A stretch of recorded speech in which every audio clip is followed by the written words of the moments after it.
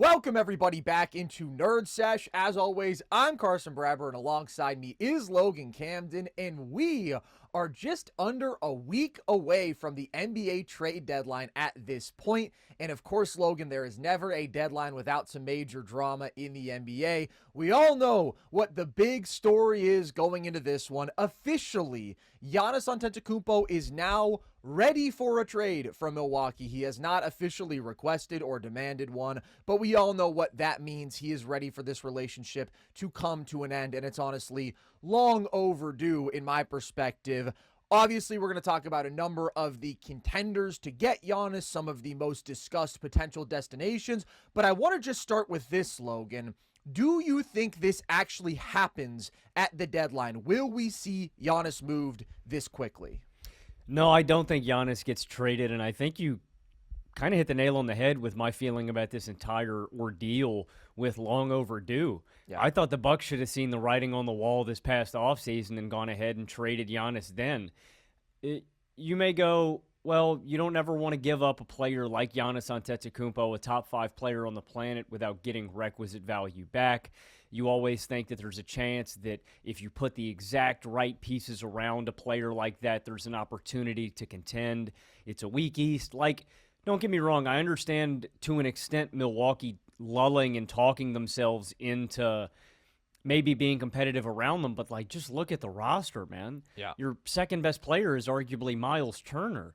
Like, I really thought when the Damian Lillard domino fell that they should have just said, all right, it's over. You know, we got our one championship out of Giannis with a very unique group. They were well-built, defensive-minded. They were balanced. They had other scorers. Like, that was a really good Bucks team. We're way removed out from that now, right? Like, we had the entire Damian Lillard saga. None of that worked out because he got injured. Like, I thought the Bucks should have traded him because in the offseason, that is when teams have the most roster flexibility, right? You have all this cap space. You can maneuver there's just so much more flexibility with what you can do in the offseason with how teams are constructed than what you can do in the midseason. And frankly, I don't think he gets traded not because Giannis wants out and both of these parties realize that it's over. I just don't think there's a team that can put together an appealing enough package to actually go out there and get Giannis. I don't think anyone has the assets on the table that is an actual contender right now that is willing to sacrifice pieces that they already have in place to go and get Giannis. That's what my gut is telling me. I just don't think there's any suitable candidate out here that could create a compelling enough trade to make it happen, and I think the Bucks missed their window. You think that they missed their window? I think it could.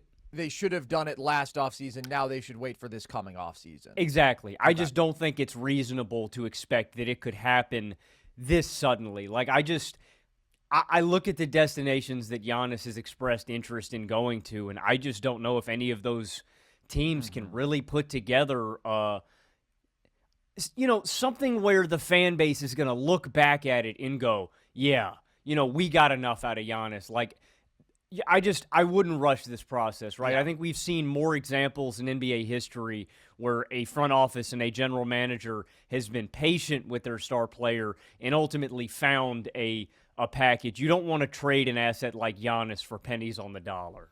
Absolutely not. So I totally agree with you that they shouldn't rush things here. I do think there are potentially a couple of really good offers they could get at the deadline, but there's no reason to force the issue suddenly, certainly not with how much they've already put this off to begin with. It's like, okay, now that you have finally decided to do this, you might as well do it right. And I agree with you when it comes to teams just having more opportunity to shuffle things around on their roster, to clear up the opportunity to add Giannis, right, to pull together all the assets that they want to make available in that deal and ultimately just have like much more time to get all that stuff organized. So I would say it's probably more likely that he gets dealt in this offseason. So I will say he doesn't get traded at the deadline. But I do think Giannis is clearly finally done with Milwaukee. And with his calf injury, like, I think he wants out as soon as possible. So there's probably a little bit of pressure being applied there. But I think Milwaukee's sole priority at this point is make sure we get the best return possible for Giannis. And I do think that's more likely to come this offseason when there are just more suitors who are prepared and like fully available to engage in talks here. It's a lot that would have to come together really fast right now. That being said, this obviously should have already happened. And I think there's a couple reasons that Milwaukee held on as long as they did. The first one being Giannis's loyalty. And even though we heard murmurs of, oh, he's discontent with this, like he always ended up being willing to come back to Milwaukee. And when you have the greatest player in your franchise history willing to come back, you don't necessarily want to trade him away, especially because the other main driving factor in Giannis staying in Milwaukee for so long is the fact that the Bucks have had no incentive to tank whatsoever because they traded away all their first-round draft picks. Like, they don't own a first-round pick of their own outright until 2031. So they were incentivized in a way to try to remain as competitive as they could in the Giannis window, but the reality is that window has just been very clearly closed for a while now. The Dame injury was the salt in the wound, absolutely, and then the desperate move to say, okay, now we are going to waive and stretch Dame so we can bring in Miles Turner, and we are effectively dedicating $55 million of our salary cap over the next 4 years to Miles Turner plus Damian Lillard, who is not on our basketball team. Like, the Dame contract already screwed them into oblivion because it was just such a disaster having him tear his Achilles, and obviously that trade from the beginning didn't work out as expected. But I do think they dug themselves even deeper into the shit when they gave Miles Turner that contract, and they prolonged the amount of time they are committing so much cap to Turner, and again, that dead Dame contract. And it was all clearly just like a last-ditch effort to see, can we salvage things around Giannis? And the answer was clearly and resoundingly no. They've been terrible when he's off the floor this year. They have like worse than a -10 net rating when Giannis is off. There's just so many deficiencies of this roster. So to say this is time is obvious. It is beyond time. And I do think they would have gotten the best possible return for Giannis. Maybe if they had had the foresight after the 2024 season to say, hey, we're not nearly as close as we thought we are. We should make a move now. I understand them not doing that. I thought they should have done it this past offseason. And the reality is, every year, Giannis gets a little bit older. Giannis deals with some more injuries. I mean, this calf thing has been persistent this year. That's going to have a bit of a negative impact on his value. That being said, Giannis, when healthy, is as good as he's ever been right now. Like, I want to be abundantly clear about that. The guy is having an amazing season. As awful as they've been with him off the court, they've actually been pretty good with him on it. Like, the guy's a plus 17 on off swing this year. And offensively, he is flat out the best he's ever been. He's absolutely taken a significant step back defensively from his defensive peak. But offensively, the guy is playing at the highest level we've ever seen from him. Per 36 minutes this year, he's averaging 34.5 points, 12 rebounds, and 7 assists on 68% true shooting. So even though you can argue in terms of like the all-time great superstars, he's not the most seamless fit necessarily. Like, there's sort of a certain team build that is ideal to fit Giannis in with. And then there is the age and wondering, okay, how is he going to continue to age? And there are the health questions. But all of that does come secondary to the fact that we are still talking about an all-time great player, and that's why I think we are still going to see significant interest for him at the deadline and beyond. So, with all that said, Logan, we will go one by one through these potential suitors, but who is your favorite potential landing spot for Giannis? I don't want to let the cat out of the bag. I actually think my favorite landing spot isn't a place that Giannis requested to go. My favorite spot that Giannis actually did request to go is probably New York. And I want to be clear about something. I'm thinking about this from both sides. Like, I think it needs to be a mutually beneficial deal for both parties, for Milwaukee and for wherever he goes. The Knicks, I think, are the most interesting just because I can actually see the framework of the deal, but I still do have a major hang-up about a potential Knicks trade. The framework for this deal, when you can do it straight up, I think would be to make the salaries match, again, I think that is the most difficult part of making a Giannis trade is, again, making sure that you get the appropriate amount of assets back for Giannis, but also balancing the salaries so you can actually get this done. The framework would basically be Karl Anthony Towns and Josh Hart for Giannis and Bobby Portis so you can make the money work. I don't think that's nearly enough value for a guy like Giannis, obviously. I have my hangups about Cat, although Milwaukee does get a younger player that theoretically you would have, maybe another window that you could build around a star that at least is in the city. My hangup with this is ultimately for the Knicks, where I look at their roster and I go, Giannis, I think at this stage in his career is a little bit too offensively slanted to just, pop into the Knicks. I think in theory, Giannis at his apex, like what you were saying, when they were going on their finals run back in Milwaukee, when he is this two-way demon, I just think Giannis might be too offensively slanted for it to work, right? Like the issue with the Knicks isn't really offense, right? They get a ton out of Brunson and Cat, and Brunson's so good there. And I think the Knicks would still be my favorite, obviously, but I still think the Knicks have some pretty big defensive issues. They get better there, but again, I look at this from both sides where I go, Milwaukee isn't getting enough back for Giannis, where I would be very, very, very disappointed and frankly alienated if I was a Milwaukee Bucks fan. I wouldn't want to watch them if they, pulled the trigger on this deal. And then for the Knicks, I don't really know if it fixes your fundamental flaw with the rest of your roster. And we can get into it with the other destinations. I think all of the other destinations that Giannis has requested are a little...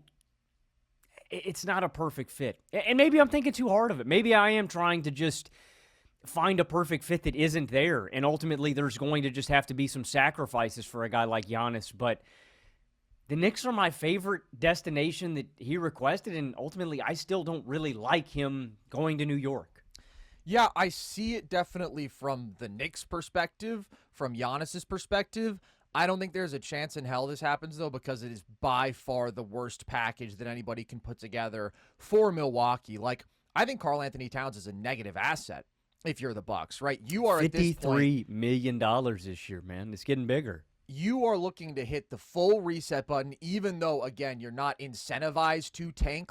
What other course of action do you have? You are trying to stockpile as many young players and, above all else, draft capital as you possibly can. The only, fixture on your roster at this point is Ryan Rollins, in my opinion. Everything else, you're pretty much just starting from scratch.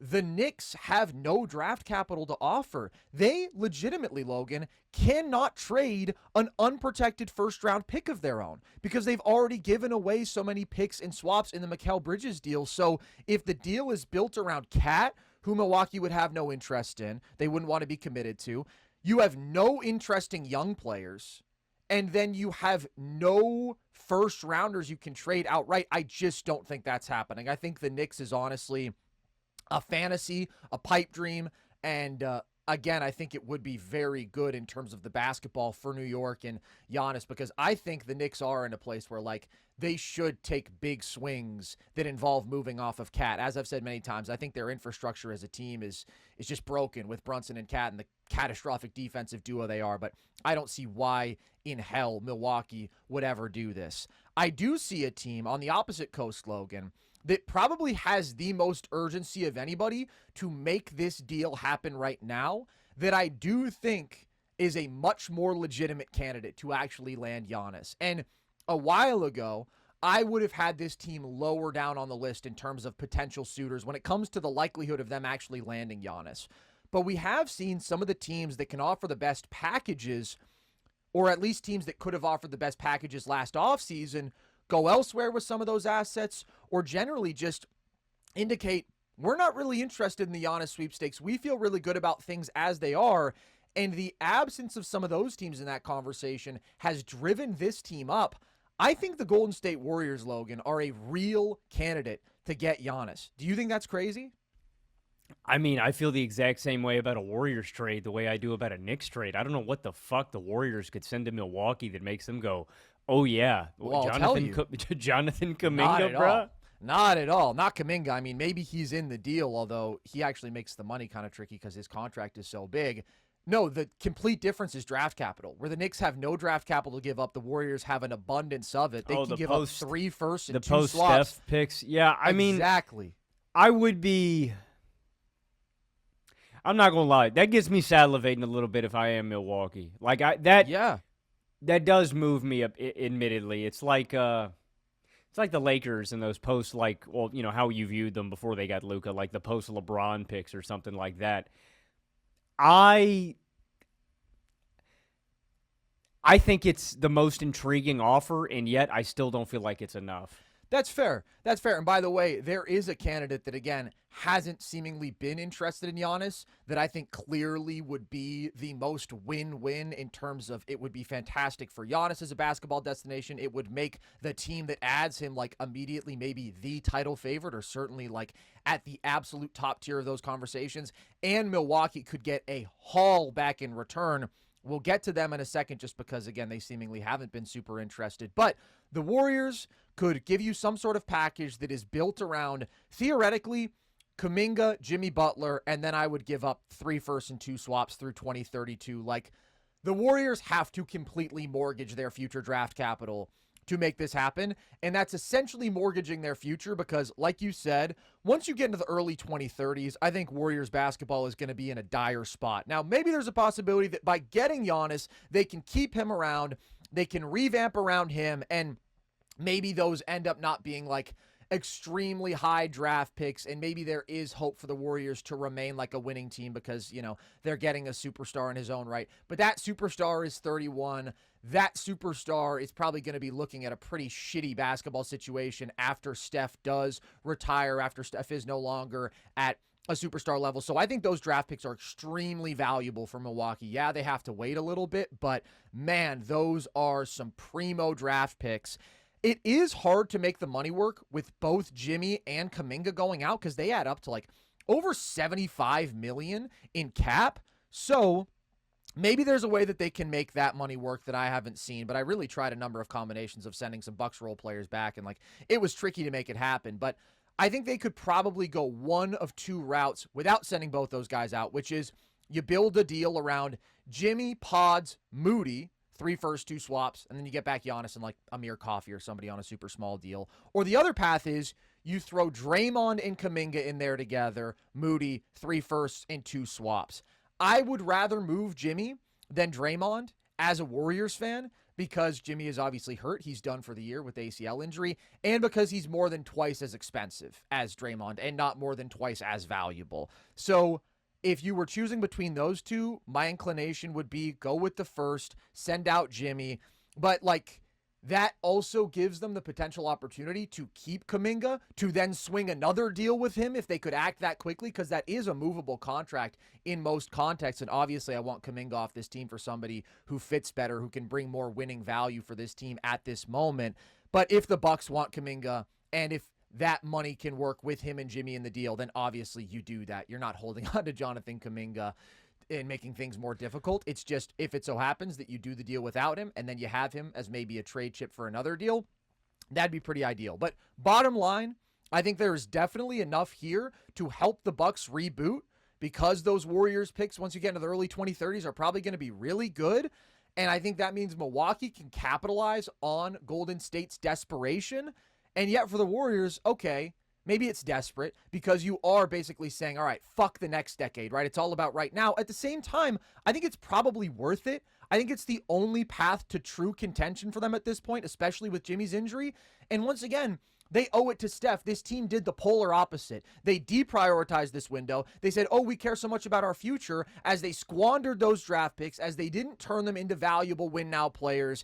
And so ultimately you have Steph, who's been playing at a top 7 level year after year into his late 30s and hasn't had the rosters around him to actually be a serious playoff threat. You add Giannis onto this team and immediately they become a legitimate contender in a way that is not otherwise possible. That point makes me think that every team should be aggressive in pursuing Giannis at the deadline. Like, if that would be the deal, like, and I think it's intriguing because of the picks. Yeah, it gives the Bucks a lifeline. For the Warriors, I'd do it in a heartbeat. Honestly, we've talked about this a million times on the pod over the past 3 years, but, like, I don't think it matters this next 10 years after Steph. A guy like Steph rarely comes around. He is still playing at a superstar level. Like, you just can't take that for granted. And so I'm obviously not a Warriors fan, but I don't care if I'm in a situation where I think I can win another one with Steph. I would cash in my chips. But if that's the package that would get it done, I'm blowing the Bucks phone line up. Like, Giannis doesn't have a no trade clause. Like, I'd cast my fishing rod out there and I'd see if I could hook Milwaukee. Well, I There think are some Giannis would love it. I mean, just like the simple combination of Giannis's all-time rim pressure with Steph's all-time off-ball shooting gravity. I mean, it's like an all-star game every night. Yeah, Mhm.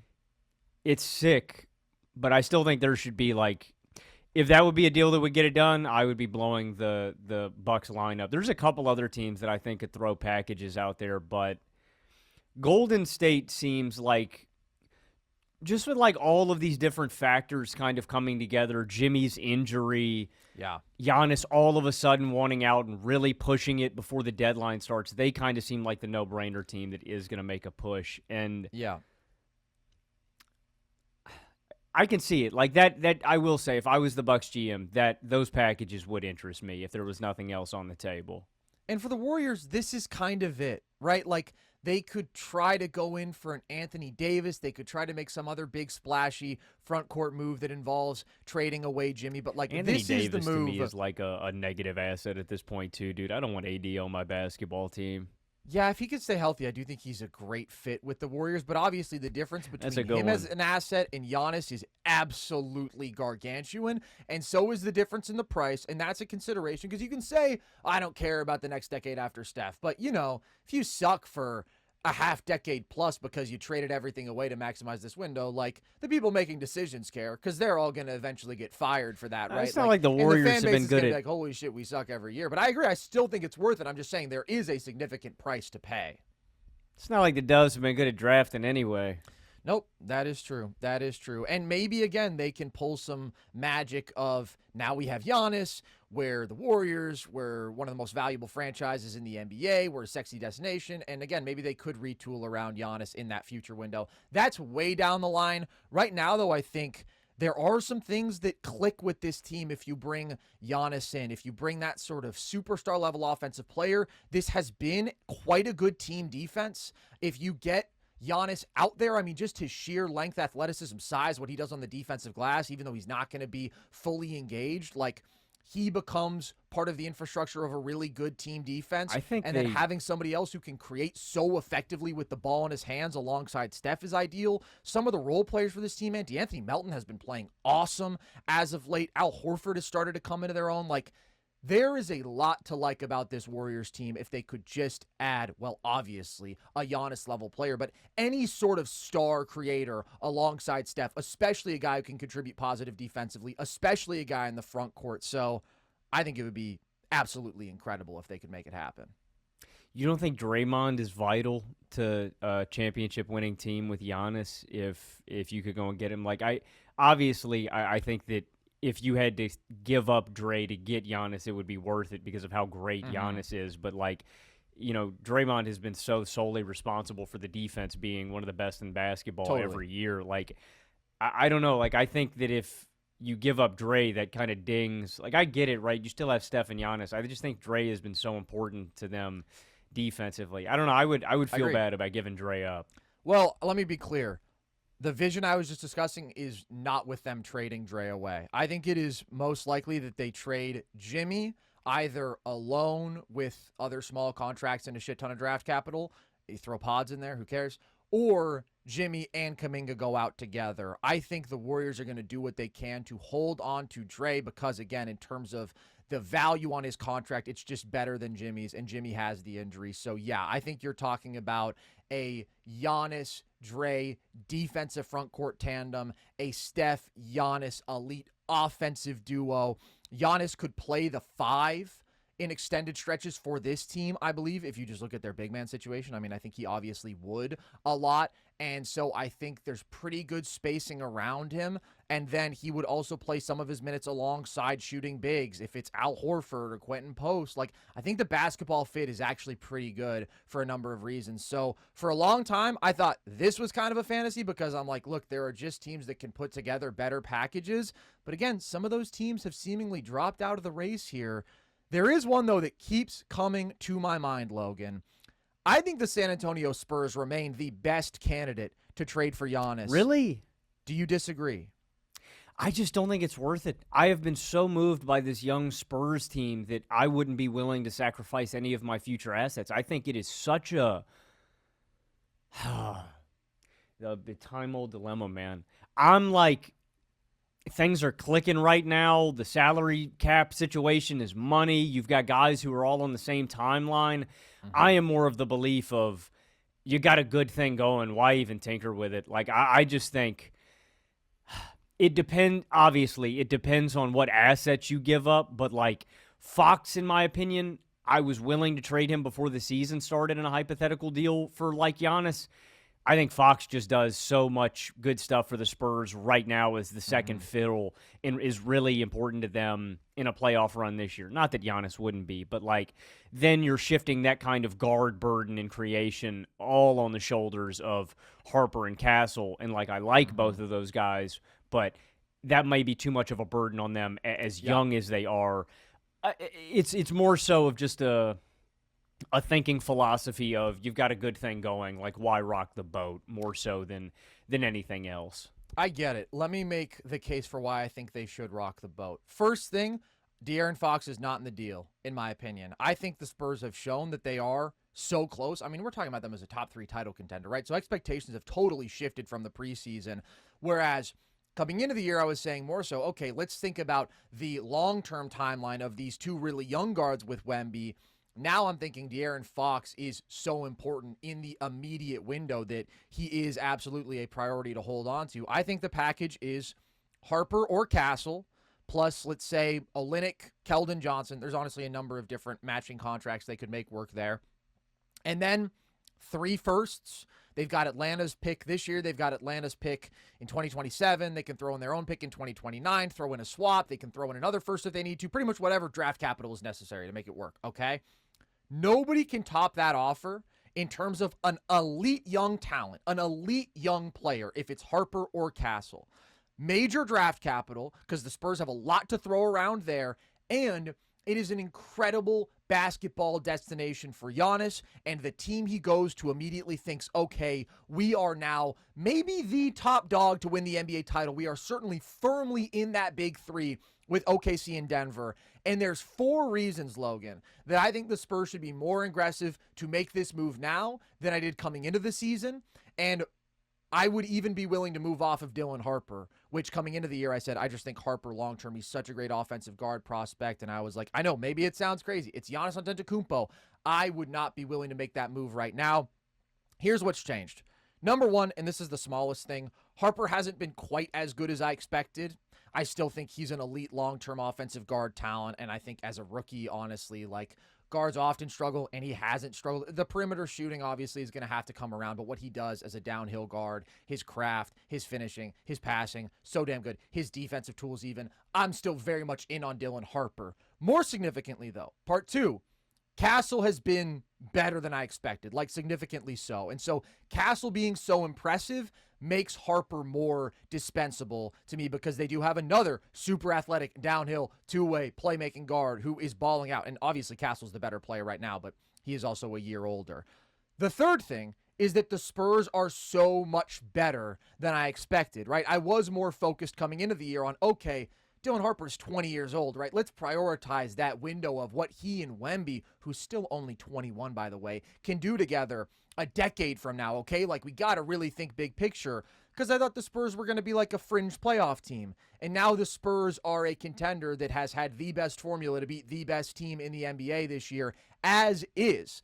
So my inclination to make that move to put them over the top has gone way, way up compared to coming into the year. And the fourth reason that I would be willing to move Harper or Castle, but I'm specifically highlighting Harper because I was so high on him coming into the year and saying they shouldn't move him even in a Giannis deal, is at some point they have to break up the 3 guards, right? The skill sets are redundant. They just can't play all together, and we've even seen issues with 2 of them out there on the court at the same time. Obviously, there is some weirdness here of like, okay, this is a team that needs more reliable perimeter shot making, and now we're bringing in Giannis, who is another downhill freight train. but I do think Fox has been so great as a pull-up shooter. The spot-up shooting they have on the wings is solid. So if it's just more of Fox, Giannis, Wemby, 2 wing lineups, right? If it goes more to Castle, like running a bench unit, I think you can make that work pretty easily because the Giannis Wemby fit is fucking god tier, dude. Offensively, defensively, it's incredible how I think they could complement each other on both sides of the ball. And now you have 2 of the 4 best players on the planet with a roster that overall is ahead of schedule with an elite defense and a very good offense. Like, I just salivate at the prospect of that. And I think it makes more sense for the Spurs now, ironically. Like, you can say they've got a good thing going. They've been so successful. I think that success, combined with all the assets they do have, like, they can give up Dylan Harper now. And I don't feel like it's compromising their future in the way I thought I would have coming into the year. And I think it's worth it in a way I wouldn't have coming into the year because it could be the reason they win the title this year or next year, whereas I just didn't think they were that close before they played so damn well this year. And I still do like a lot of the framework that they have in the surrounding context if those are the guys they give up. You're keeping Vassell in this situation, correct? I love Vassell. I think he's a money fit alongside these guys. You keep Harrison Barnes in terms of just shooting on the wing.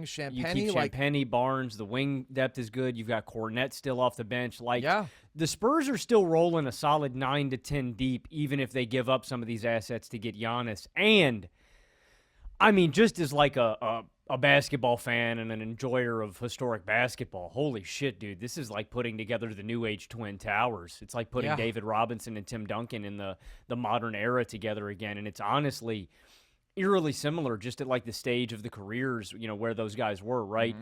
It's not the exact same, right? You know, Robinson gets hurt, the Spurs are just able to absorb Duncan, but in terms of where they are at in the stages of their careers, it's very similar. If the Spurs called my phone with that trade offer, I couldn't say no. I would look at that like a Godfather offer if I was the Bucks. Like, I couldn't turn that down. The prospect of the idea of getting a guy like Dylan Harper, it's a lifeline. It's a life raft. You know, it's like the Bucks are dead in the water. They are floating in the sea.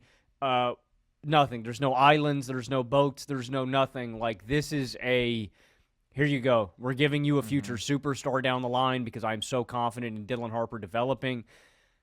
You're talking me into it. Honestly, when we came in and shot the show today, I was pretty adamant that I don't think this could move me. I would be moved. This would be like a Godfather deal to me if I was the Bucks. Dude, and think about it for the Spurs. Like, the Spurs should be all over this, in my opinion. But they're apparently not. The fact that they were already so good, they're 3-1 this year against OKC already. Like, Giannis just kicks them up a notch in a playoff series against any other team. I mean, I think that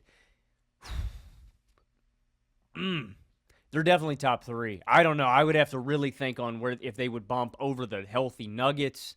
Well, healthy Nuggets. The fucking Nuggets haven't been healthy all year, and Aaron Gordon just got hurt again. So, like, that might make a difference to me. I do it. They're right there. Like, they're concretely in that top tier, right? We've been saying it's 2 teams in the top tier, and then the Spurs are the best of the rest. My only two hangups. Okay. One, I definitely think they need to get more shooting. I think this would be even if it's just one guy. I mean that, like a archetype of like a Tim Hardaway Jr. kind of guy, literally just a flamethrower. Hell, maybe you can get him to throw Gary Trent Jr. in as like a topper, and he can be your emergency. I mean, he hasn't been good this year, but like he could be your he can shoot that shit. You throw in AJ Green or something like that. Like, hey guys, we need a Derry Bird. Yeah, we need a shooter. My second thing, and this is a very minute thing, I would just be a little bit nervous about Giannis in the playoffs again. I don't know. The fact that Giannis hasn't been healthy, and like maybe I'm blowing that out of proportion, that would kind of linger in the back of my mind just about his availability in the playoffs over these past few years.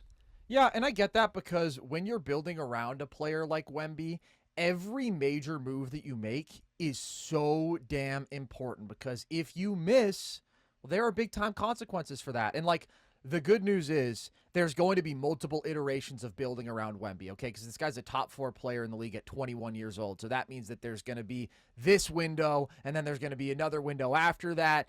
And so if it does end up being that Giannis has more injuries, ages more quickly, right? I mean, they're still going to have a really good infrastructure around him, but it is obviously a huge investment, a big swing. I'm not as worried about it as you are. I will say the calf thing being persistent this year, that's obviously not ideal, especially with the calf to Achilles injury pipeline we've seen emerge like a number of times in recent memory. So I hear what you're saying. However, I do think, although Giannis has had some unfortunately timed injuries when it comes to the postseason, the guy did play 73 games 2 years ago, 67 games last year. Like, he has mostly been healthy and available. This is the most injured season he's had. But in terms of what it does for them as a playoff team, it's unbelievable. I mean, because Giannis is a transformative offensive player, and what he can do, taking some of that load off of Wemby's plate, because Wemby being a number one offensive option in a deep playoff run, that's a challenge for the Spurs Agreed. at this point, right? Some of the issues we've seen him have dealing with doubles, dealing with a lot of physicality and swarms. You put Giannis on this team, and what Giannis can do as one of the greatest drivers and downhill forces we've ever seen in the game, with a floor spacing 5 like Wemby alongside him, with a vertical spacing 5 like Wemby alongside him, again, prioritizing some more of these shooting-centric lineups, which the Spurs can. All the while, you're adding Giannis's defensive length, size, rebounding to a team that, with Wemby on the court, has been better defensively than any team other than OKC. I just think it checks such a major box for them, and I think the fit really, really works beautifully. So, as a basketball fan, I would love to see this most. As a Warriors fan, I'd love to see Giannis in Golden State, but realistically, I think from every possible angle, the Spurs are the best destination. But their perspective right now seems to be, hey, we've got a good thing going. We don't need to force the issue, and they don't need to force the issue. I just think there's a real opportunity here. I think that's probably my biggest concern about the Spurs going on a playoff run, though, and Giannis completely absolves it. My hang-up, obviously the shooting is a big deal, but Wemby is a number one in his first real playoff run would be, and obviously Fox is there to take off some of the pressure with that too, but that would be a bigger concern for me than even the shooting. Just teams, we talk about it all the time. Wemby could dominate, but it's then about the adjustments and the chess match beyond that, how they try to counter. I don't even know if I want to read out some of these hypothetical deals that, I thought I cooked up deals better than what the Warriors could offer. But if the Spurs came out and threw that out, I don't think there's anything close that could reach that kind of deal. Also, just imagine any team trying to find two players on their roster who have a prayer at guarding both Giannis and Wemby. You're dealing with two of the most physical and skilled freaks in the history of this game. I was thinking more, dude, what if you ran? I was thinking about some of the defensive lineups that they could do. Where imagine you just run a 3-2 zone and you park Wemby and Giannis on each block, and it's all right, let's see you try to score on us on the inside. Ridiculous. Yeah, I mean, some of the zone stuff they could do, but also just the perimeter defense they have with Castle, who is such a dog. And Fox, when he's engaged, has the athletic tools. Yeah, no, it would be absolutely ridiculous, bro. It would be an insane basketball team. There are some other destinations being brought up, though, so let's discuss those at least. The Miami Heat, they always seem to figure in every conversation with every superstar ever. What do you think, Logan? Is this a serious option? Yeah, I think it is. My hang-up with the Heat is that it compromises their depth a little bit too much, but then when I say that, it's what is this team ceiling as is? A play-in team, they get bounced in the first round. So I do think Miami's a feasible destination, and I think that they have a package that could be intriguing. Again, with the Spurs package that you laid out, I would take that deal in a heartbeat compared to this one. But I think the framework of this trade would be Tyler Hero and Andrew Wiggins to really make the salary work. You're getting a young, good player in Hero, a really quality, impactful starter that you could either play or move off of in Andrew Wiggins. And then the third piece would be one of Khalil Ware, Jaka Chonis, or Nikola Jovic, depending on which young player on a smaller contract you would want. And then it would be 2+ first-round picks, however much draft capital it would take to make it happen. For Miami, they would all be their own picks. They would be picks going into the 2030s, but again, you're acquiring a guy like Giannis. It would make Miami certainly one of the big dog contenders, I think, in the East. The East is just so weak this year. I think a team with Bam and Giannis, and even if they give up a guy like Hero, Norman Powell's been awesome. Their team defense has been great. I've loved the unselfishness of this group, and I think they have still enough depth. And, Spoelstra can take guys off the street and coach them up to get them into rotation. So, honestly, for all these teams, I think I'm just at the point where, like, if you can make Giannis happen, it's like a sweepstakes, man. If Milwaukee is willing to accept your offer, I think I'd be willing to throw just about anybody in there. Like, It's also like the opportunity cost. You just don't want one of your rivals or somebody else that you're competing with to get him if he actually is available and it's reasonable that he could get moved here. So if I was Milwaukee's GM, this isn't the most intriguing offer that we've discussed on the pod, but I do think it's a good one. Like, this isn't a chump change deal. I think Miami could offer a very interesting trade package for Giannis. I think the best thing about this is Giannis stays in the East, because if Giannis leaves the East, I don't know that there's a top 10 player in the NBA in that conference. There's certainly not like a top 8 player. So that would just be insane conference imbalance, getting even worse. That being said, it is kind of a weird destination to think about, just because you're like, okay, Miami, what great assets do they have? And like, yeah, okay, this would obviously make them significantly better, but like, they're so mediocre right now. Would they be a real contender? For those reasons, it's kind of like, all right, not the most intuitive destination, but it could work as a deal. There's a number of different frameworks for this. You mentioned they can throw Hero in and Wiggins.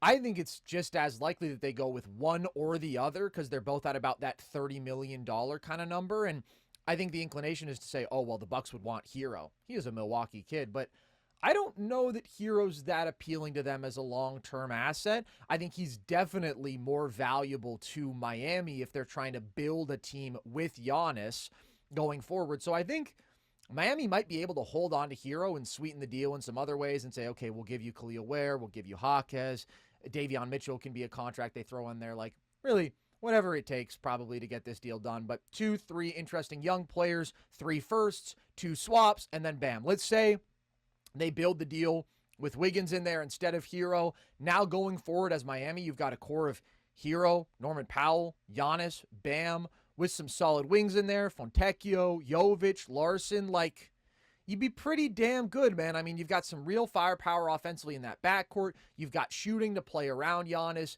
The Bam-Giannis fit offensively, I think, is better than it would have been in years past, just with Bam increasingly prioritizing his three-point shot, becoming more of a floor spacer, and then you've got a solid group of wings alongside them.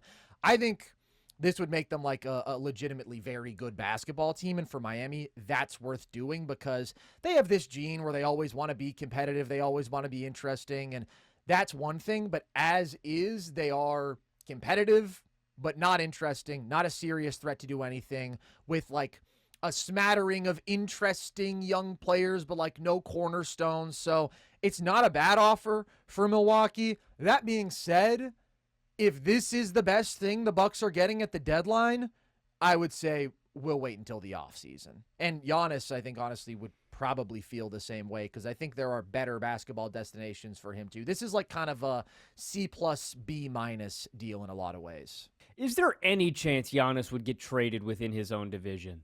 I think extremely slim. Are you thinking about Detroit?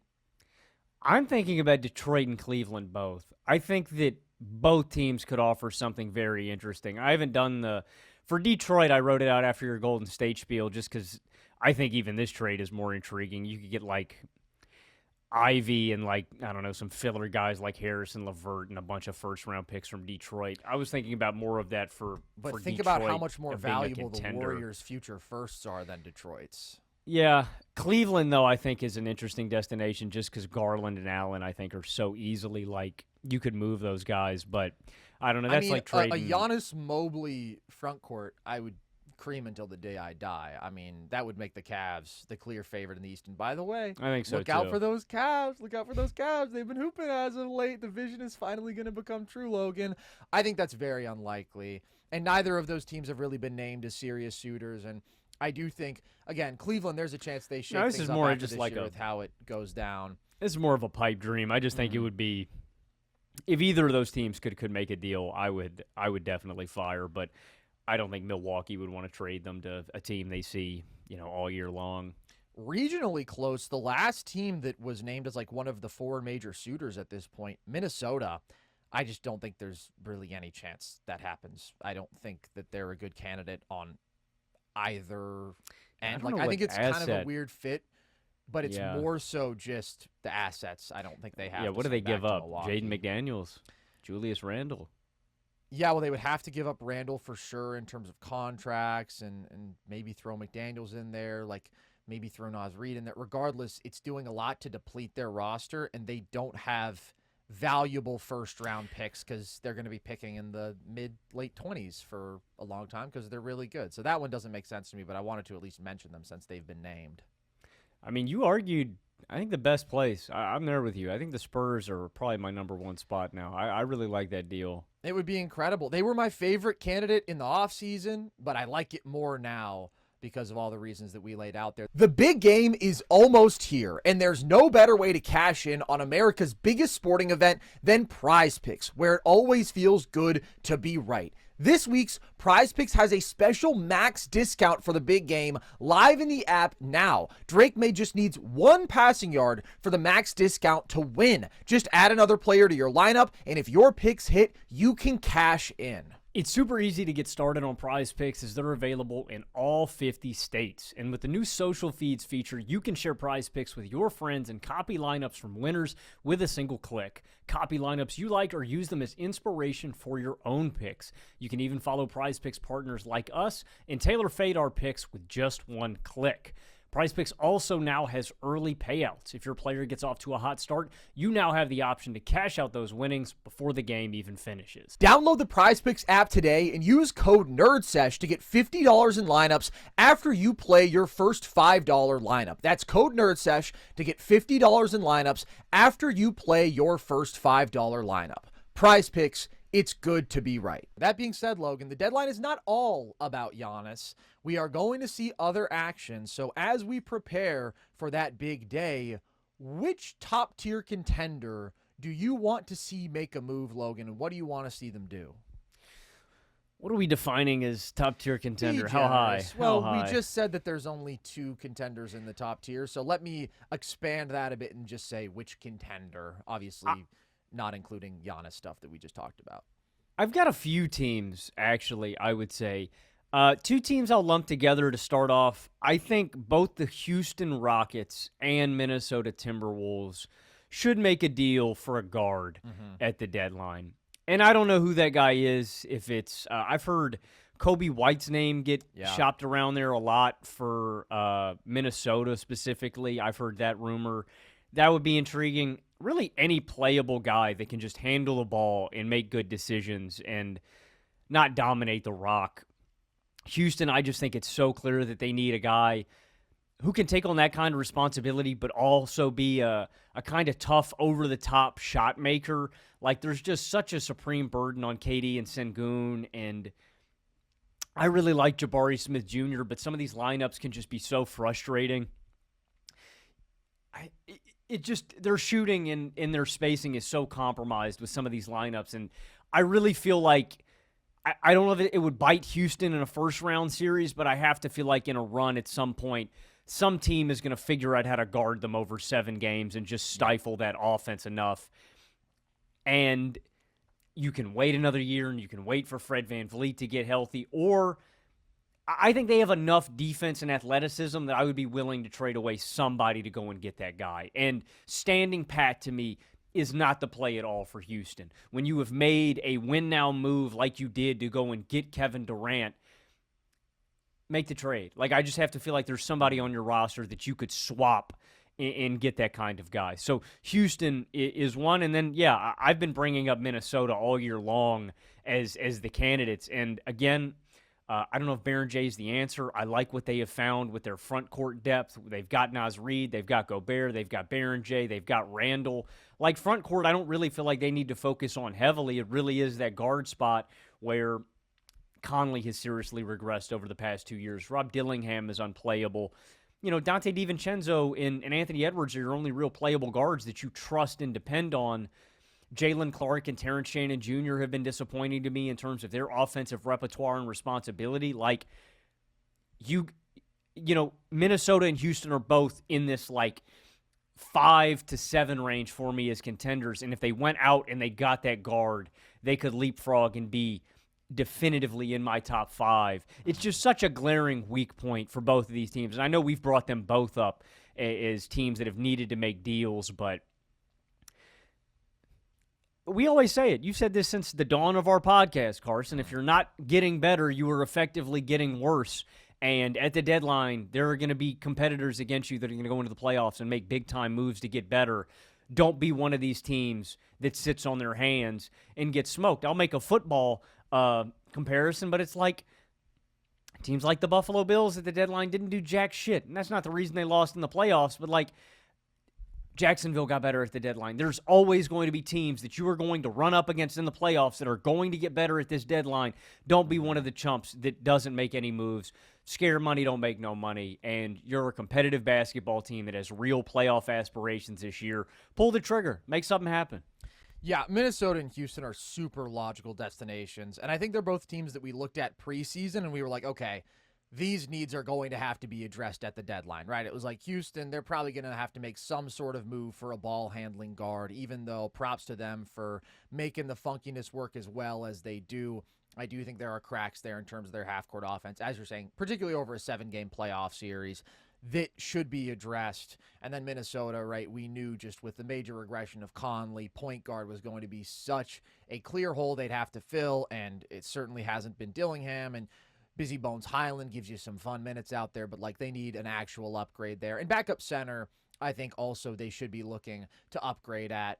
Berenger, some interesting minutes, but I still think he's far from being a guy who I'm confident playing in a playoff series. Minnesota went from this team that had great lineup versatility. They had 8 guys who you really trusted in their rotation to now like a hard 6, and everything after that, it gets pretty dicey. So Coby White is a name that is probably going to come up for a lot of teams, because if there's anybody where it's like we need some of that ball handling, dynamic shot making, just like a potent offensive guard, Coby White, $12 million contract, so easy to make the salaries work, expiring, so yeah, it's obviously a rental for half the season, but like that means the price is going to be really low. You're not giving away a first even. You're going to give up like a couple seconds in matching salary, find the worst contract on your team and just give it to the Bulls because they fucking love that stuff. So those both definitely make sense. However, there is a need that has emerged, in my opinion, among not just one of the top contenders, but the top contender in the NBA this season. And we've talked about this. We knew if there was going to be one thing that proved to be an issue for this team, it was probably going to be this. The Oklahoma City Thunder officially need to make a move for a three-point shooter. Now, I thought that they should have gone out and done this at the deadline last year, and they ended up winning the title anyways. And I think they can win the title again this year without making that move. But you asked me a couple weeks ago, are we at that point where they have to make that move? And I said, we're not at that point where they have to, but I'm monitoring the situation.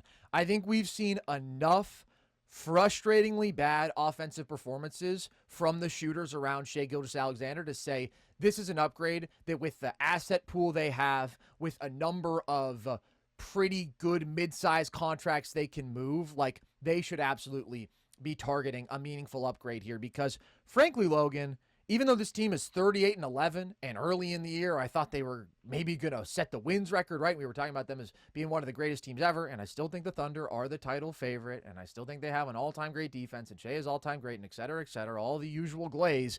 But there are so many nights where I watch the offense around Shai, and I am like, this is deeply uninspiring. And I was just thinking about it as I'm watching the Minnesota game yesterday.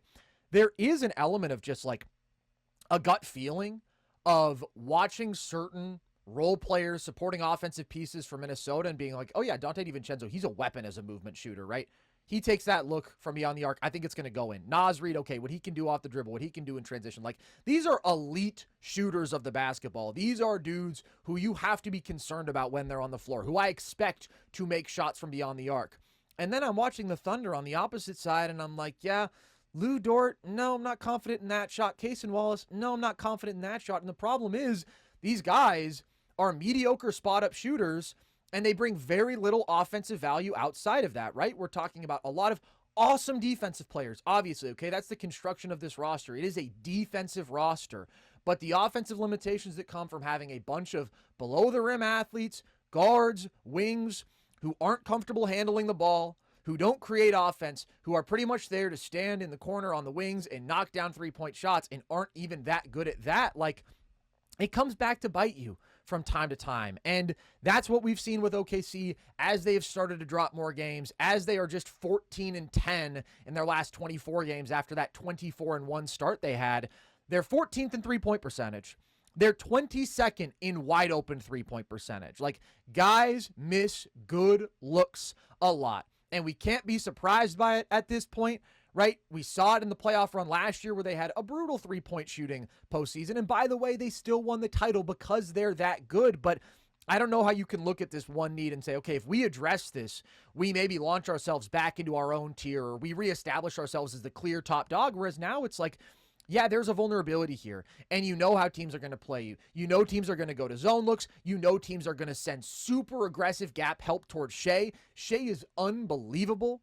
Like, his scoring ability is among the greatest we've ever seen, but the reality is when guys around him can't create and they can't knock down open shots, he can only do so much. So that's what we've seen in this recent skid. They've lost 3 of their last 4. There is some context here, which is they've been without J-Dub and A.J. Mitchell in that stretch. Honestly, I think the more significant of those absences is A.J. Mitchell, because we've seen them play a lot of great basketball without J-Dub this year. A lot of great basketball. We have not seen them play good basketball without A.J. Mitchell. It's actually pretty incredible. Most of their ugly losses that we think about when we talk about the offense going wrong for them have been without A.J. Mitchell on the floor. Logan, they're 37-6 with A.J. Mitchell on the court. They're 1-5 without him. Like, this guy is vitally important to this team. And repeatedly, when you're thinking, oh my God, can anybody other than Shea make a play for this team offensively? It's because A.J. Mitchell isn't available in that game. So this is a need regardless, but the need does become so much more glaring when AJ isn't on the court. I mean, in all of AJ's minutes this year, they have almost a plus 18 net rating. When he and Shea play together, they have like a plus 22 net rating compared to like a plus 13 net rating when Shea and Jada play together. So if you're looking at like, oh, what's been the best offensive duo for SGA this year? It's been him and AJ. And then AJ's also done a really good job in the non-Shea minutes, a better job than J-Dub if you look at their plus 13 in AJ minutes without Shea in terms of net rating, and they're like plus 2 point something when J-Dub is out there without Shea. Like, I just keep on coming back to how important AJ Mitchell is and how badly this team needs him, and they've definitely felt his absence. So yes, he changes things, but regardless, like, the value of them having one elite shooter, and Isaiah Joe is a really good shooter, but because of his defensive liability status, he doesn't get that much play. They need other guys out there who can actually make shots consistently from the perimeter at a high clip and ideally also compete defensively. So the big swing in that mold is a Trey Murphy. And we talked about that at the deadline last year, too. They certainly have the assets to make it happen. They have the contracts they can move. They can give up Lou Dort. They can give up an Alex Caruso. Those guys are both like $20 million contracts. They are not redundant here, but they are sort of superfluous because they already have so many really, really good perimeter defenders. Like, they'd still be the best defense in the league if they lost either one of those guys and brought back Trey Murphy. They've got a ton of mid-size contracts, too, where even if they're not intriguing players, you could at least throw those guys in to make the money work, and then you just attach as many draft picks as you need because they've got more picks than, roster spots. Right. And obviously, the Thunder have done an unbelievable job of drafting, and it has served them well for the most part to stockpile those picks because they just continue to nail them. But there does come a point where it's like, all right, our expectations are, we're the title favorite every year. We won the title last year. We need to be getting better how we can right now. We will still have draft picks to play with down the line if we move off of 2 of them right now. And then, like you said, Ousmane Dieng, I mean, that's the easiest contract to throw in anywhere. And I think if you go a Dieng with Dort or Dieng with Caruso, like, the money's pretty much there as is. I mean, you could throw in Kenny Hustle too if you need. It'd break my heart, but you could do it. Like, the Thunder have a lot of depth. The Thunder are extraordinarily, historically deep with really good defensive players. They need more good offensive players. It's really that simple. And I think coming into the year, again, we were saying, okay, the third ball handler is a need. That's been addressed. AJ Mitchell is that guy, but they need dudes who can knock down good looks off the catch. So Murphy, that's like the high end here. Personally, I don't think that's likely because the Pelicans have pretty much flatly said, like, we're not going to give up Trey Murphy. They've pretty much said we're not sellers at the deadline at all, which is weird because they're terrible and they have interesting players, but that's probably not going to happen. But if it's a Keon Ellis dude, right? If it's like, let's find the smaller contract, 41% career three-point shooter who can defend, that's a meaningful addition for this team. They don't need to do much, but they need to find somebody who they can slot in, who they can confidently play 25 minutes and say he'll be able to defend and he can actually knock down threes at a high clip at volume. Because as is, I mean, it's just like, who is going to do anything around Shea on this offense? That's the question we're asking far too often about a team that is the title favorite, but they should be better than they are right now. Completely agree. I think Keon's a good shout. I think Trey Murphy's a good shout. Are you moved by any of these other names? I don't know if any of these guys are available. They're just coming to mind. Sure. Ayo Dosunmu. Yeah. I like it. Colin Sexton.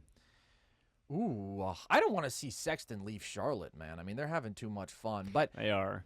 the thing is, Ayo, he's a very good shooter. So I think that would just be a win because he does also bring some of that playmaking and he's capable defensively. That would be really good. He's not the sort of like catch and shooter necessarily that I'm talking about, but yeah, that'd be a good addition. Sexton, I think he is a little bit more redundant. I mean, he is a good shooter, but he's not quite an Ayo level 3-point shooter. And then I wonder, it's like, okay, where are his minutes coming from? Because we have AJ Mitchell, who is like that dynamic bench creator that Sexton kind of likes to be, you know? Shvi Mikhailuk. What the fuck?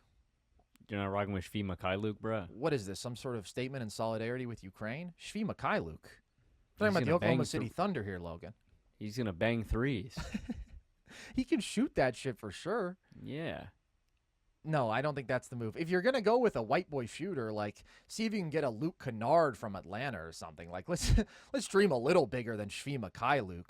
But, again, it doesn't have to be a groundbreaking move. Just for the love of God, they should do something. And look, again, they could do nothing and they could win the title again, and then it'll be another parade in Oklahoma City because they managed to win the title and keep all of their draft capital. But, again, there comes a point where the returns on that future draft capital do not match the need to be the best version of yourselves right now. And so that's where I'm looking with OKC. Also, I will say the number one seed in the other conference, I think, still has a clear need. Like Detroit, to me, making a move for a shooter or for a secondary playmaker, somebody who can be a legitimate ball handler and creator for you and take some of that pressure off of Cade, that remains a significant need to me. 27th in threes made, 21st in three-point percentage, 33rd percentile half-court offense. They just need more juice there when you get to a playoff series. And there's a couple paths they could go, right? They could go for a big swing and try to get like an elite shooting forward like MPJ, who I think is a really good fit. And you move Tobias Harris, B-ball Paul in a first, maybe an additional second, whatever. Like, that's a pretty easy deal to make happen. They cannot have Paul Reed. Paul Reed is untouchable. Okay, well, we can find another $4 or $5 million contract to make it work. I do like B-ball Paul. Dare I say they've got enough as is to survive without him. But okay, Logan, I respect your decision there. They can make that work. They can absorb that contract. It's not going to take significant draft capital to get MPJ, and he's just such an elite shooter of the basketball that he injects a level of half-court offensive skill that this team needs. Or you could go, hey, let's bring up Kobe White again. Karis LeVert, a couple seconds. Bring in Kobe White on the expiring. Like, let's just find a short-term solution in terms of that dynamic offensive guard talent alongside Cade that Jaden Ivey hasn't been for them this year. And it's just like, why the fuck not, right? LeVert hasn't been good for them, and you could just significantly upgrade in like a similar mold without giving up much value. Or, Logan, they could do both those things. Like, Detroit could do a lot of work at the deadline. They could add an MPJ and add a Kobe White, and I think that makes them a significantly better basketball team when it comes to their viability in a deep playoff run. Like, Detroit and OKC both have had this very defense-centric mentality of, okay, we are going to build and prioritize defense, and that's why they've been the two best defenses in the league this year, right? But I do think they can stand, both of them, to sacrifice just a little bit of that to prioritize the bigger need, which is offensive skill alongside their respective number ones. Obviously, I think it's a bigger need for Detroit because OKC's offense is just much better than Detroit's. Shea is a much better player than Cade, all these reasons. But I think that's the spot that you look at for both of these teams. For Detroit more specifically, though, I do think they need another ball handler. With OKC, it's more of purely a shooter. With Detroit, it's somebody who can actually make some plays for you as well.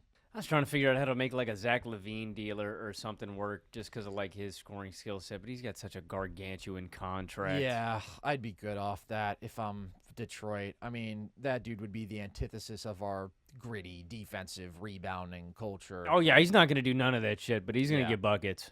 I think that there are bargain options that they can get that are better for them. And then I will say, in terms of just another team with like a clear need that you could see even coming into the year, the Celtics, I hope they get a big, man. I like Neemias Queta. I hope they get somebody else. Yeah, the news about Tatum. No. I don't know. I read a report the other day that like they're saying that it's likely that Tatum might be leaning towards not coming back the rest of the year and just sitting out, which is really unfortunate. I hope see that. I was getting some fresh air.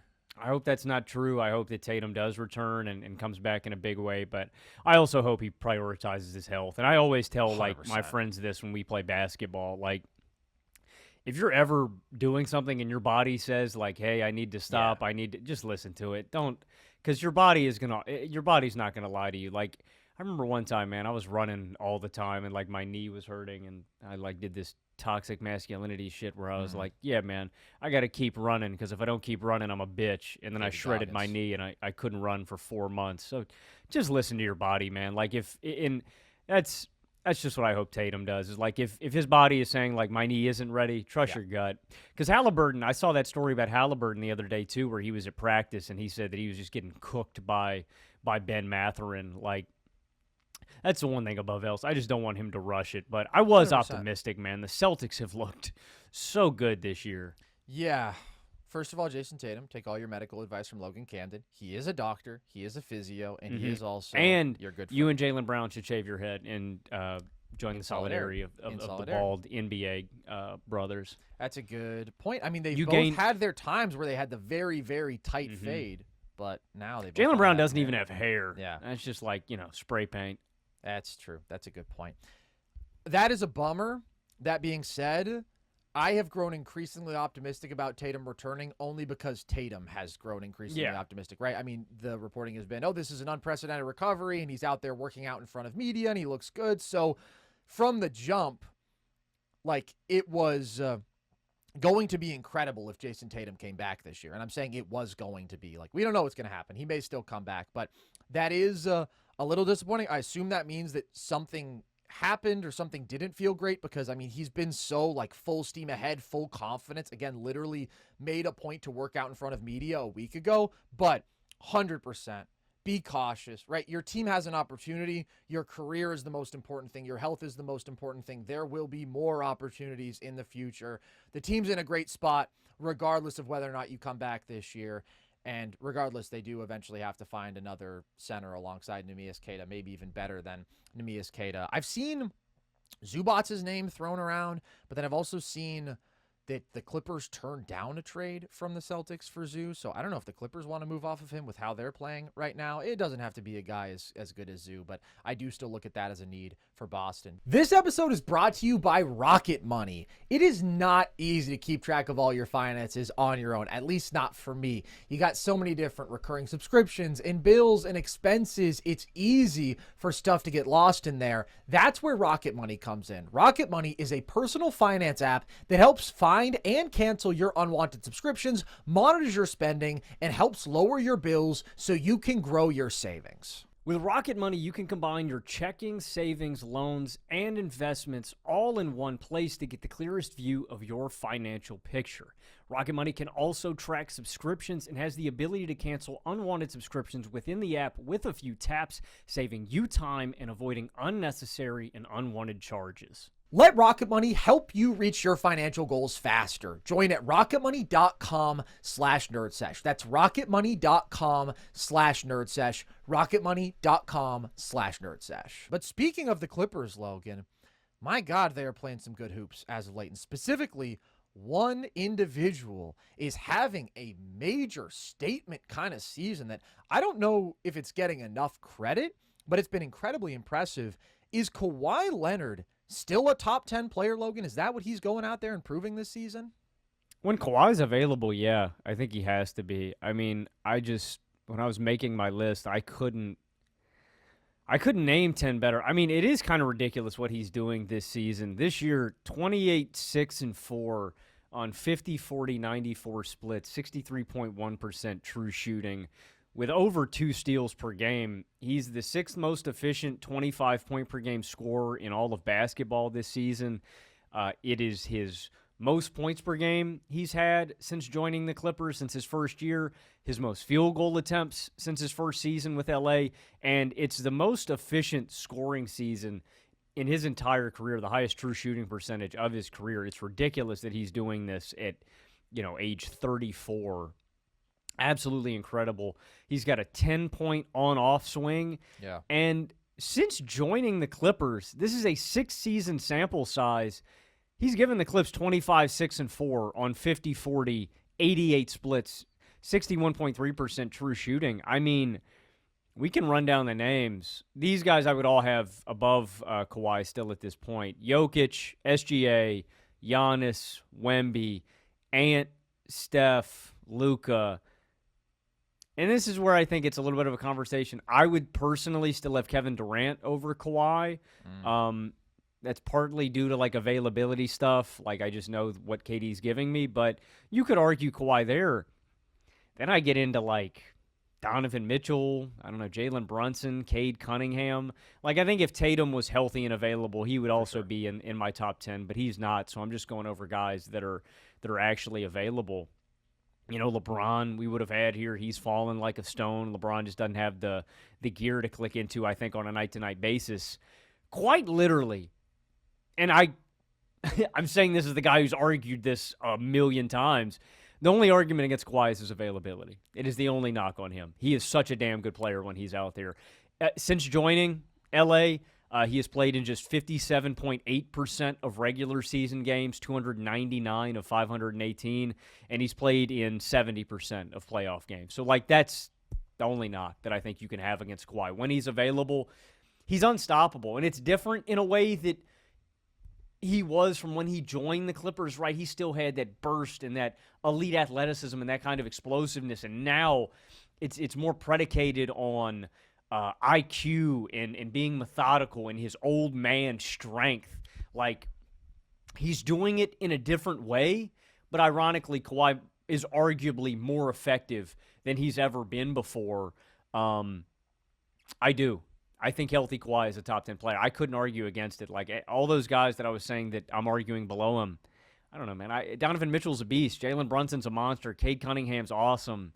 I don't think I could put any of those guys above Kawhi. It also, I think it maybe could be an archetype kind of argument, but I do think Kawhi's two-way ability, I prefer his skill set to those other guys. I think he's a top 10 player, which is incredible because, he had such a great finish to the regular season last year, and then he had an incredible performance in Game 2 against Denver, but just solid overall in that series. And so I was kind of all right, with the diminished athleticism we've seen from Kawhi, his rim rate being about a third of what it was at his athletic peak, right? He just gets all the way to the basket so much less. And then obviously the diminished defensive impact where he's fine there. He's leading the league in steals this year, but in terms of what he does as a one-on-one defender, even as a team defender, he's not an impactful secondary rim protector. He's not as good as a defensive rebounder as he used to be. He's lost a lot of value on that side of the ball. And then the playmaking can be questionable with him. We can see him struggle with double teams. We can see him get some tunnel vision. So I was the guy is still top 15, but I didn't think after last year that he was at a top 10 level. I think he's firmly established himself as being back there. I mean, the numbers are ridiculous, dude. 28, 6, 3.5 on 63% true shooting, like you said, plus 10 on off swing. 18-15 record for the Clips when he plays, 4-9 record when he doesn't. He has completely transformed their season, carried them just about as much as anybody other than like the true top tier superstars.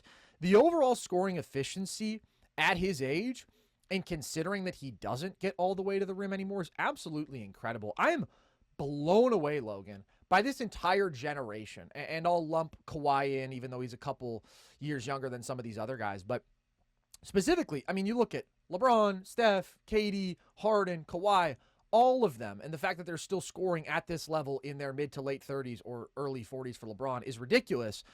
But specifically, Kawhi and KD, I look at this ability of just the combination of ball handling, shot making, and size, and how incredibly that is translated. How these guys have gotten older and they've gotten injured, like significantly so for both of them, and they've lost so much in terms of athleticism, and their scoring production is still like similar to what it was at their peaks. Now we can say, okay, it's an easier offensive era, right? Teams are more efficient, and that's true, but I'm still blown away by it. Kawhi's efficiency at every level, dude, 75% in the restricted area. He barely gets there, but still, like, it's a great number. 54% in the paint outside the restricted area. Those short jumpers, he is as good as any perimeter player in the NBA. 48% from the mid-range. Unbelievable. 40% from deep. Like, he has been one of the very best jump shooters on the planet for a long time now. That has been the driving aspect of his brilliance as a scorer. But, like, dude, Clippers Kawhi is one of the greatest jump shooters to ever live. I mean, when it comes to that sort of mid-range shot making, three-point shot making, and now the guy is on pace even to set the record for best free throw percentage in a season by any player with 5+ attempts per game. He's making 94% of his 6 free throws a game, and that's another area in which he's getting a little boost. His scoring efficiency this year. His free throw rate is back up, which honestly, it's up like across the league. I think stars are just getting a better whistle this year, as we've talked about. But it's incredible. It's all about that pull-up shooting. He's third in the NBA in pull-up points per game. He is the fourth most efficient out of the top 35 pull-up shooters by volume, only behind Steph, Jamal Murray, and SGA. I mean, those guys have all been unbelievable as pull-up shooters this year. And then on top of that, the layer with Kawhi is he's shooting 44% on catch-and-shoot threes. So that all-time great jump shooting, which is what it is, with the elite strength he still has, with the elite ball handling, and the number one thing you always talk about with Kawhi is just the pure efficiency of movement, right? The ability to get to his spot over and over again with no wasted movement, relentlessly efficient and dialed in. He is still one of the absolute best scorers on the planet. And so because of that value and how impactful that is for a team, like if we presume health, which I think we have to do because otherwise, right, Kawhi's value diminishes a lot. But if we're saying everybody at their best, I would have him 8th right now. I'd have him behind Jokic, Shea, Giannis, Wemby, Luka, Ant, Steph. Kawhi versus KD is a real toss-up. That one is extremely close.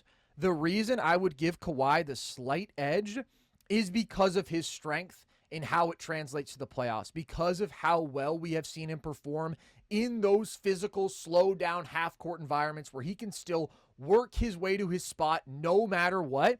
We have seen KD at times bothered a little bit more by really physical, athletic, long perimeter defenders. I'm more confident in Kawhi holding up kind of regardless of matchup in a playoff series. But again, that one could go either way. What he's doing this year, though, is ridiculous. The Clippers are 16-3 since they started 6-21, Logan. It was truly the most baffling, awful start to a season I've ever seen from a team.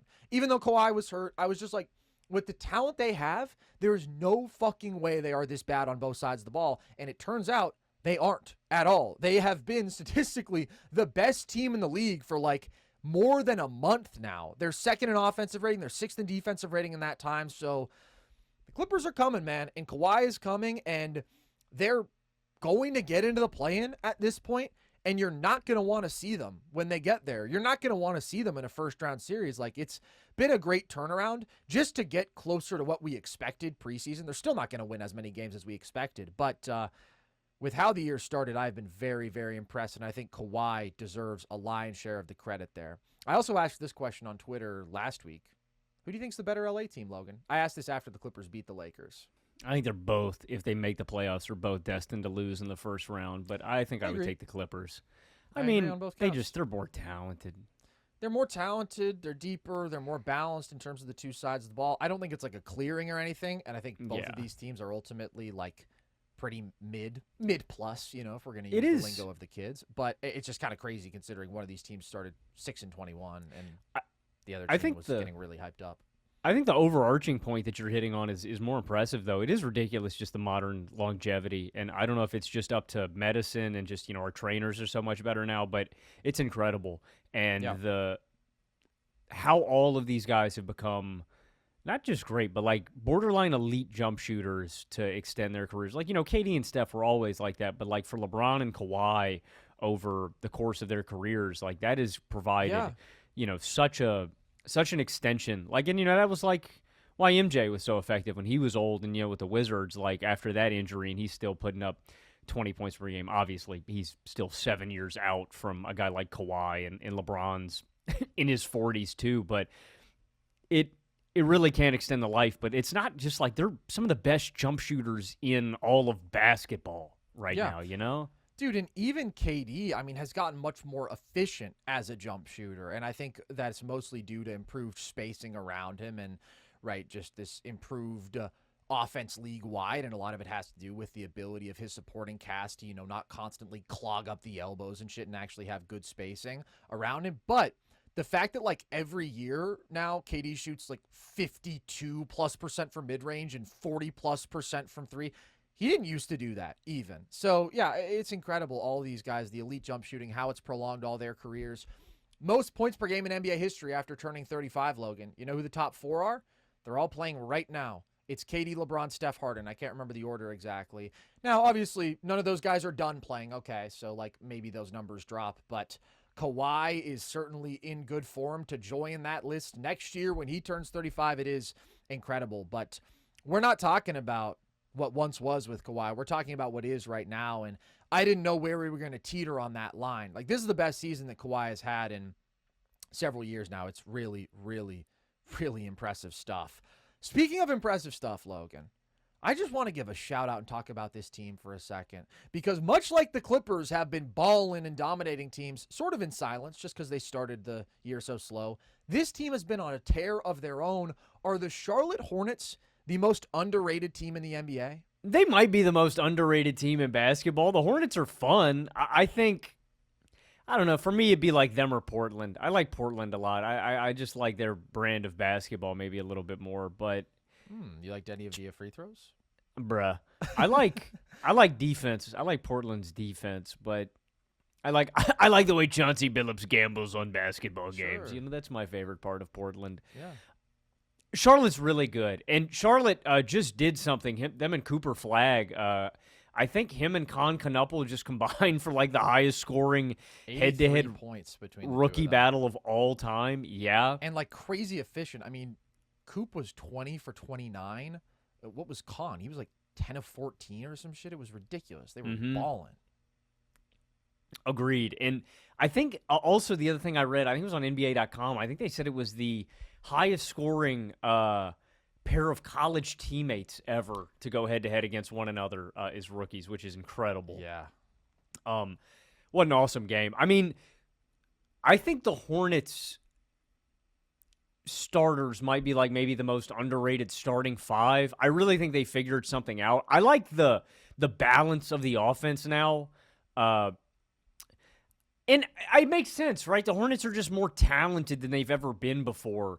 Years previous, the Hornets have been constructed, and it's basically just been LaMelo Ball and the Sideshow Circus when he's been available, playing meaningless basketball. The Hornets are playing meaningful basketball now, and that's the big step that I think we've seen them take. Like, they're not a joke anymore. They are playing serious basketball night to night, and they actually have talent. Brandon Miller might be the most one I've been impressed with. Him and Khan both have just blown me away. They're 10-6 in the new year in 2026 since the beginning of this year. Over that stretch, Brandon Miller is giving you 22, 5, and 3.5 on 64.3% true shooting. Knupple's giving you 18, 6, and 3.5 on 64.5% true shooting. I love the way both of those guys move without the basketball and just the free flowing of offense. You get way fewer possessions of LaMelo dribbling the ball aimlessly around and then taking a jump shot. There's a lot more ball movement within this team. They're much more serious than they've ever been before defensively. And along with that, like, I just think they have more complementary players. Four of these guys in most of these lineups can all shoot and put the ball on the floor to an extent. And then at the 5 spot, you're either running with Musa or Ryan Kalkbrenner. And both of these guys, where they might be limited offensively in terms of their skill, they're going to inhale rebounds. Like, both of those guys just gobble up boards. They are both awesome on the offensive glass. I just think the roster's way more talented than it's ever been before. Guys are more healthy than they've been before. You can't bury that routinely over the past few years. If it's Brandon Miller, if it's LaMelo Ball, both of those guys have missed a lot of time. The one area that I think Charlotte lacks is their bench unit. Like, I think when you get into, like, their guys beyond, they lack. But in terms of years previous, they're way better than they've been before. The big thing to me is that Charlotte can just go toe-to-toe with anybody on a nightly basis, right? If it's OKC, the defending champs, they can smoke OKC. They're really talented offensively. They are bought in defensively, which I think is the biggest change from this team year over year. Like, they just didn't try on that, and they are committed. And there's a lot more balance between this roster. So I think they have gone from this bottom dweller team to a competitive team night to night. That's a really hard leap to make. And right now, I think I would pick them to make the play in. That's where I'm at. Like, they're not. I think I would. I don't know. I'm like debating them between like Chicago and Miami. Fuck the and Bulls, bro. They suck. The now, Bulls do. They probably Can we do act have like they're in a different them. tier from the Charlotte Hornets? The Hornets are absolutely a better basketball team than the Bulls. They're better, but like they're still yes, I think the Hornets are underrated, but like, look, dude, all these teams are going to be competing for the play-in at the end of the year. Yeah, in the East. And the in Hornets the are shittiest the East Bulls. of my life. And if the Hornets don't get in instead of the Bulls, I riot because I fucking love the Hornets, man. They fire me up. They are fun. The Hornets are fun. The Hornets are one of the most fun teams in basketball, no doubt. But I don't want to just say fun as if that's all they have going for them, because they are a legitimately awesome offense and a legitimately solid basketball team. And I do think they're the most underrated team in the NBA. Bro, the Hornets are 12th in net rating. They have the 5th best net rating in the East. They are only behind Detroit, Boston, the Knicks, and the Cavs. So it's the 4 teams we've been saying are the frontrunners in the East all year. And then the Charlotte Hornets. And they're above a bunch of teams that obviously have way more hype, right? The Lakers are 19th in net rating. The Hornets are 6th in offensive rating. They are only behind the Nuggets, Celtics, Rockets, Knicks, and Thunder. Like, they are in the inner circle of elite offenses. They are, in terms of point differential, a well above average team this year. Okay, not well above average, but an above average team that has lost a lot of clutch games. That's hurt their record. And the thing that's hurt their record as much as anything is still injuries, unfortunately. It hasn't been nearly as significant as in years past, but when they just have all of their big 3 healthy, when LaMelo, Miller, and Kahn all play, they're 17 and 12, man. And in their minutes together, they have a plus 9.2 net rating, and Logan, cover your ears, because this is about to get erotic, 132.7 offensive rating when their big 3 plays together. It's ridiculous, dude. And there were some indications that this offense could be really good if they could just stay healthy this year, because like when LaMelo and Miller shared the floor last year, the offense was actually quite good. It was just kind of small sample size, and like you said, they got decimated by injuries. But now they've added Kahn into that mix, who is a fantastic offensive player, one of the better offensive rookies you'll ever see, and they're just flat out elite on that side of the ball. And like, they really have a unique combination of elite 3-point shooting, they're 3rd in 3-pointers made, and this ability to dictate on the offensive glass, where they're 4th in offensive rebound percentage. You mentioned the 2 bigs, I mean, especially Musa, but Kalkbrenner too. Like, they put in work and they do some damage there. So that combination of like dictating glass on the interior and being able to spray from beyond the arc. In both of those guys, potent. and it's like, when I say balance too, like, what I like about the Hornets a lot too is mostly everybody just kind of knows their role. Like, they complement each other. Yeah. They, like, it's not like Musa's in there trying to get his, get his shots up. Like, he knows he's in there to get boards, 100%. and that's exactly what he does. 100%. And by the way, he's even improved as a processor. Like, he's solid there now when it comes to making some simple passing reads.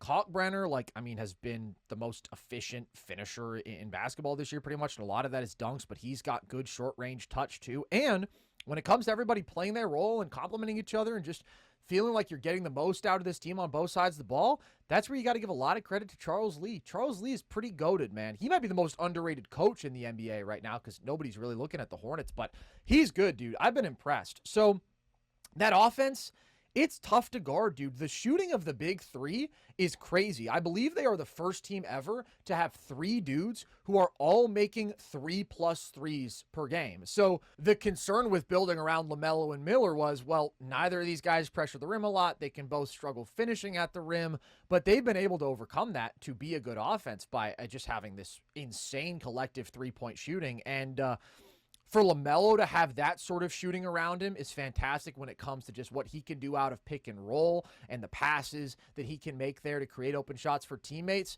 And you get Khan involved, dude. He just does so many little things. I've been talking about this a lot this year, but like Khan screening for other guys, he might be the best at it. Obviously, Steph Curry is the best when it comes to screening for other guards. But, like, outside of that, I've shouted out this sort of, like, niche of guys who excel at this one thing. If it's Max Strus, Isaiah Joe, like these sort of ghost screen specialists who can free up their teammates, who can spring open for catch-and-shoot threes and just make them rain. Khan has surpassed both those guys, in my opinion, in that way. And what he can also do is short roll, and what he can also do is make the reads himself, but, like, bro, they're just like spamming it against Dallas. It's just like LaMelo Khan guard-on-guard screen action. That shit is hard to guard with Khan flying around out there, being such an elite movement shooter, Miller being an elite movement shooter, and then you got the bigs who are good at what they do. I just really like them. I really like them. I like what they're building. Khan is a stud. I am a Brandon Miller optimist. LaMelo, we'll see if he can ever stay healthy enough, be efficient enough offensively to justify the contract. I don't know about that. I'm not saying everything has changed overnight for the Hornets long term. What I am saying is things have come together for them really nicely this year. They have found good role players. The best players on the roster are delivering. So I really hope we see them in the playoffs. And I don't think really anybody is talking about how good they have been playing as of late. So get the Bulls out of there, bro. We don't need to see the Bulls in the play-in for the umpteenth year just to get dusted. And if you compare the Hornets to the Hawks or the Heat, they could definitely be better than either of those teams if they don't make moves at the deadline. Their offense is lapping both of those teams, and the defense has been decent enough. Again, if you look at net rating, the Hornets are ranking higher than both those teams. So shout out to Charlotte, man. Shout out to Matthew Spawnhour. It's kind of a good year for the Carolina sports fans, Logan. They're kind of up. Panthers, sneaky in the playoffs. Sneaky, respectable wild card performance. The Hornets, sneaky making a playoff push.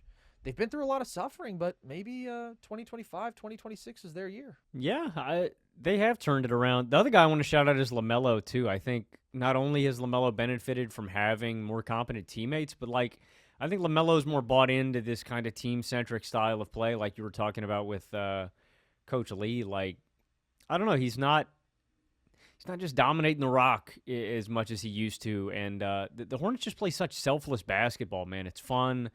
They fly around the court. The ball doesn't stick to guys' hands. They play ethical basketball. And, again, in my opinion, the hardest leap to make is to go from competitive team to championship contender, but the second hardest leap to make from a team is being a bottom dweller to a competitive team. And you remember, dude, last year, I think it was last year, maybe it was 2 years ago, but Brandon Miller bitching and cussing out his teammates for not getting back on defense and trying hard. This team's bought in, and it's a step in the right direction for Charlotte. Again, I don't know if they're going to compete. I struggle just with the injury things with the Hornets, man. It's kind of hard to ignore with LaMelo and Brandon Miller both in terms of their long-term upside. But I'm optimistic, man. And Khan, you have to just tip your cap to Khan, dude. He is such an impactful rookie. He I completely understand people's arguments for him as Rookie of the Year. I wouldn't push back at all. Like, obviously, I prefer Flag, but I think it's more of a preferential thing. He has come in here and transformed this. It's not just him, right? It's guys getting healthy. It's his defense. It's the coaching staff. But Khan has been hugely important to turning this team around. And he's just, like you mentioned, dude, one of the best rookies I've seen. I mean, 43% from deep on 8 attempts per game. I saw it's a by stat, far too. The best rookie shooting season ever for me on the It under. is. He is in a ridiculous trajectory of three-pointers made and the amount of career games he's played. I think he's that shatter it, dude. Keegan Murray's Yeah, about to get it's not so even fucking close. mogged. Yeah. And the versatility as a shooter, the footwork. I mean, we've talked about Khan a fair bit this year, and the ability to do everything, right? To be a pretty good playmaker, to be a good positional rebounder, a good positional offensive rebounder. Like, this is a guy who I think is going to be a star in this league because the offense is just that good, and the Hornets offense overall is that good. So, yeah, it's just a really fun story to see, dude. I love it when teams that are like consistently in the cellar of the league and just have had a lot of hardship in recent years are able to get some light, get some hope, right? I mean, it meant something to the 2023 Sacramento Kings that they made the playoffs and they went 7 games against the Warriors. I don't know. Could this year be the equivalent of that for the Hornets? Probably not. I don't think they're pushing anybody 7 games in the first round of the playoffs, but I think they could get in to the first round of the playoffs, and personally, I would love to see it. There you have it, folks. Another viral episode of our viral podcast. We hope you enjoyed. If you did, the good news is we're all over the place, man. You know where to find all of our full episodes right here on YouTube if you're watching, or right here across all audio platforms if you are listening on any audio platform. On YouTube, we also have our video essay, video breakdown stuff that we do mostly about the NBA.